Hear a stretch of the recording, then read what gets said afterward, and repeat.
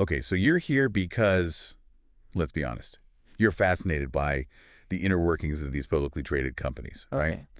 And we're going to dive deep into one today. Right. It's Macroasia Corporation. Yeah. Macroasia. And all of its different businesses, and they've been in the news lately with a reported increase Yeah. in their lease at NAIA. Mm. And we want to kind of unpack what that could mean for the company. Exactly. Its subsidiaries and different parts of the business. So Yeah. So for this deep dive, we've dug into their SEC Form 17A for 2024. okay. This is basically their big annual report that they have to file as a publicly traded company. And it gives us a really granular look at, their performance and where they're headed. And so our goal today is really to kind of like extract the key details about this NAIA lease situation. Yeah. How is it going to impact their different subsidiaries? Are there any updates on these ongoing discussions? Right. So we want to give you those essential insights without, overloading you with information. Absolutely. So one of the first things that kind of jumped out at me looking through this was Macroasia Properties Development Corporation. Right. MAPDC. MAPDC, yeah. And they seem to be right at the center of this. Yeah, they're a wholly owned subsidiary of Macroasia, and they essentially operate like a special economic zone at NAIA. Okay. And these zones often come with like special tax benefits and stuff. They're designed to encourage investment and, in this case, it's for aviation-related services, right there in the airport. Okay. And they have a similar setup down in Mactan, Cebu as well. So it's not like they're, I guess, building and selling buildings, right? Right. Their business is leasing property. Yeah, exactly. Their main business is leasing. Within these zones. Within these airport ecozones, precisely. Okay. And it looks like a lot of their tenants are actually other Macroasia companies. So it's really interesting how that all works. So their growth is really dependent on two things. Yeah. Either raising the rent or just getting more property. Exactly right. Or making more property available for lease because they're not, developing and selling the property. Right, they've said they don't do that. Exactly right. Okay, and all of this kind of goes back to the underlying land leases that they have with the government. Yeah. So the NAIA land leases. Yeah, these NAIA land leases are really central to our discussion today. Right. The report makes it very clear that both the NAIA ecozone and the one down in Mactan, Cebu, they're both dependent on these agreements with the government. Right. So specifically, MAPDC has these leases with the Manila International Airport Authority, so that's MIAA. Okay. And the Ninoy Aquino International Airport Complex, NNIC. Okay. And these cover terminals 1, 2, and 3. Oh, wow. Okay. Yeah. So these new lease terms, they kicked in back in October 2024. Okay. And the changes to the monthly rent are pretty substantial. And so that's what we want to dive into here. What are the numbers here? Yeah, so for Terminal 1, the monthly rent has jumped from 434,661 pesos. Wow. All the way up to 3,524,472. That's quite a jump. huge. Yeah. It's an over 700% increase. Wow. Yeah. Okay. So Terminal 2 saw an increase from 124,286 to 1,796,000 pesos. Okay. Still big? Still very significant. Yeah. And Terminal 3's rent went up from 156,544 to 273,952 per month. Okay. What's also notable is that these renewals are currently on a month-to-month basis. Oh, wow. So it's like Yeah. every month they don't know if it's going to It's a lot of uncertainty. be the same or For Macroasia, even higher. exactly, Right. with these huge rate hikes. Right. And this isn't a totally new issue either. Yeah, you're right, it's not. Right. Back in 2009, they put down a 2 million peso surety cash deposit Right. with the MIAA, Yeah. and we can assume that that's probably related to these renewals. Right, exactly. Probably part of the, requirements for renewing these leases. And it says very specifically that management is currently in discussions Yeah. regarding the renewal of this. It's a very critical point because these rates have gone up so much. Right. And it's already impacting their financials. Right. So their total rental expense tied to these leases has gone from 9.02 million pesos in 2023 to 14.7 million in 2024. Wow. So that's over a 60% jump. Yeah. It's a pretty significant headwind for them to deal with. So what are some of the things they could do to try to mitigate this? Is there anything they can do? Well, they could try to find some efficiencies in their operations, maybe renegotiate some of the subleases they have with other companies. Right.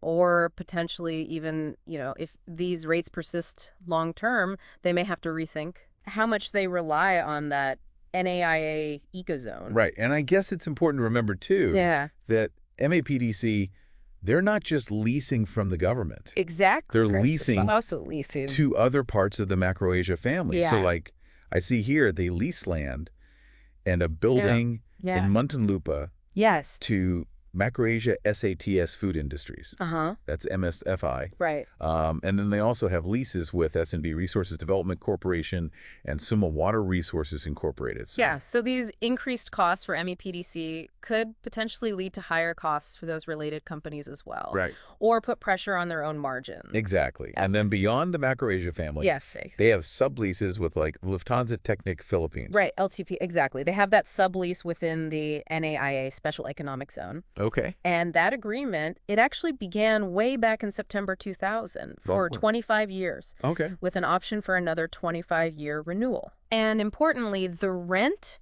in that sublease includes a fixed price escalation. Okay, so it automatically goes up. Exactly. So Yeah. even though their costs are going up a lot with the government, their revenue from that sublease with LTP might not be increasing at the same pace. Right, so they're kind of stuck in the middle there. Exactly. It's a bit of a squeeze. So we've talked about this NAIA lease increase. Right. It's obviously having a big impact. Yeah. Does the report give us any clues about these negotiations you mentioned? Yeah. They're ongoing. It does. It confirms that they're in discussions with all the relevant parties Okay. to try to hammer out a deal for the renewal of these NAIA leases. Okay. But, it's important to remember that while those talks are happening, the MIAA, they're still billing them. Right. Based on these new higher rates. Yeah. And Macroasia is continuing to pay. Right. So it's already affecting their bottom line. Yeah. Does it give any indication about how those negotiations are going, or? Not in a ton of detail in this report. Okay. Unfortunately. Okay. Oh. But the topic of these lease negotiations, it does come up again when they talk about their investment in Lufthansa Technik Philippines, LTP. Okay. So LTP's Ecozone lease is also up for renewal in 2025, Right. and they're also expecting their rates to go up. Okay. So it seems like it's a wider issue that's Yeah. affecting businesses in these airport zones. Right. So it's not just That's them having to 100%. deal with this. It's a trend, it seems. Yeah. And it says that as of March 27th, 2025, Macroasia and LTP were still in the process of negotiating with the government Yeah. and the airport operator Mm-hmm. about that final lease rate. Exactly. Really? Okay. And I noticed that they even performed what they call an impairment assessment on their investment in LTP. Yeah, that's interesting. And that took into account the expected increase in their lease rate. Mm-hmm. So can you tell us a little bit about what that means? Yeah, so an impairment assessment basically checks if the recorded value of an asset that the company has on their books, Okay. is still recoverable based Yeah. on its future prospects. So the fact that they didn't find any impairment for that LTP investment, even with this expected lease increase, that suggests that they're still pretty optimistic about its future profitability. Okay. Even with the higher costs. Okay, that's good news. Yeah, it is. And those calculations involved like a pretty complex analysis. They looked at different potential scenarios Okay. and they gave them probabilities. Yeah. And the expected lease rate increase was a key factor there. Right. Okay, well, let's step away from NAIA for a second Sure. and talk about some of the other things going on with Macroasia. So we know they also have a presence in Cebu Hmm. with their own ecozone. Yes, MAPDC established that Macroasia Cebu Special Ecozone Okay. at Mactan Cebu International Airport back in 2018. Okay. And like the NAIA Ecozone, it's also designed for those aviation-related services. Okay. And MassCorp, Yes. which is Macroasia Airport Services Corporation. Good. They're providing services down there. They provide ground handling and aviation services at MCIA. Right. And the report highlights a pretty big jump in revenue for their ground handling and aviation services segment overall. Yeah, Like a 33% increase from 2023 to 2024. that's right. A strong performance. Yeah, so that would include their Cebu operations. Yeah, that increase is mainly due to rising flight and passenger volumes, Right. which would definitely include the activity down at MCIA. Okay, but then it also says that similar to the NAIA leases, Yeah. the Cebu Ecozone land lease is also dependent on agreements with the government.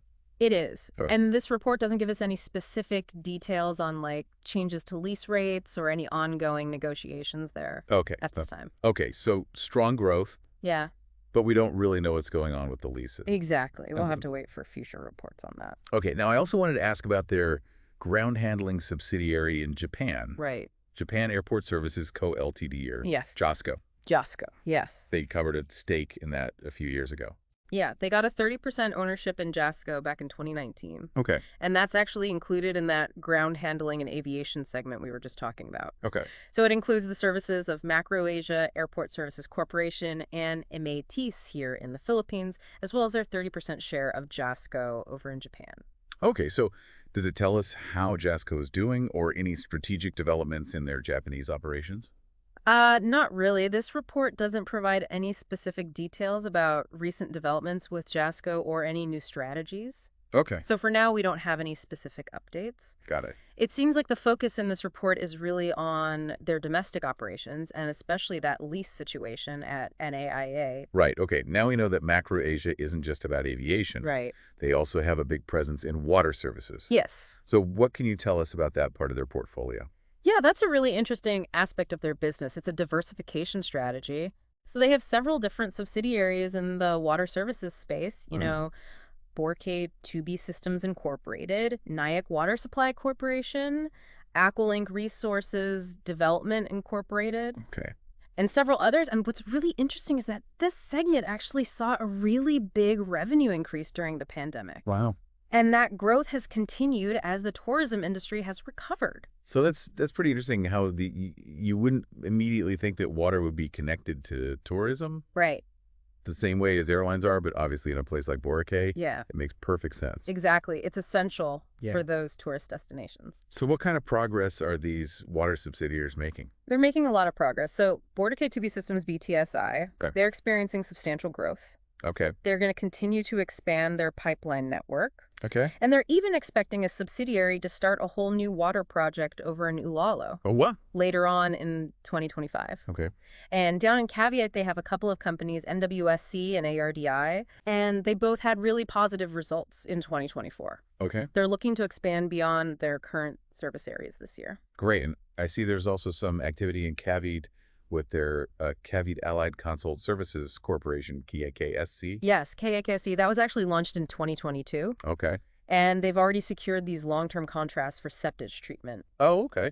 And they operate the biggest septage treatment facility in Caveat. Oh, wow. That's Yeah, pretty impressive. that's a lot of septage. It is. Right. And then their original equipment manufacturing arm, Summa Water Resources Incorporated, or SWRI. Okay. They're continuing to develop those portable water treatment plants, and they got several new contracts last year in 2024. Okay. So they're reaching a more diverse client base. Okay. And I also noticed that they had a groundbreaking ceremony for a seawater desalination plant project Yes. in Lapu City. Yeah, that was back in September 2024. Okay. And the first phase of that project is going to focus on building plants in Punta Engano and Olango Island. Okay. And that's through SWRI. Yeah, that's through their CS Water Lapu Incorporated subsidiary. Oh, okay. And on top of that, SWRI has begun construction on a new water distribution facility in Poro Point, La Union. Okay. So a lot of activity in their water services. Yes, definitely a big area of growth and investment for Macroasia.